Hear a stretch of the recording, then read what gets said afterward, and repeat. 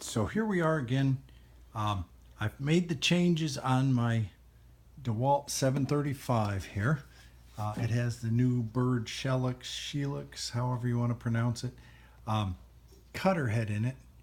And you can see I have my hose running to the dust collector there, but I'm not going to turn it on just so we have the same noise. I've run this just for fun to see how loud it was, and even just firing it up, it's completely different. So I have another 2x4 here, and you'll see it's got a knot on the end of it there.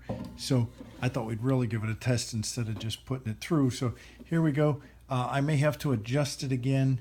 So and the automatic volume control seems to jump in whenever it's too loud at first. So anyway, here we go. You notice that's all the louder it is.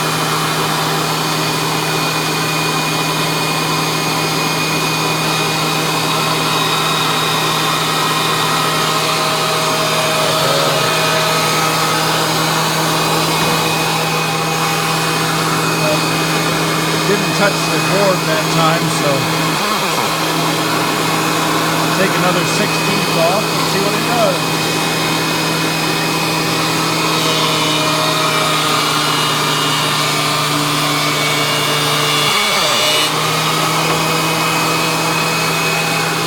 Now there it is. You can, for those of you that can see it,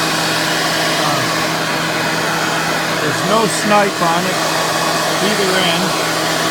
And that is just as smooth as glass. Now I'll take another 16th off to make sure I got a good bite that time. Here we go.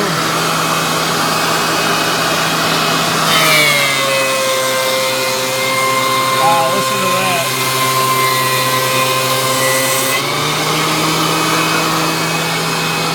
Now look.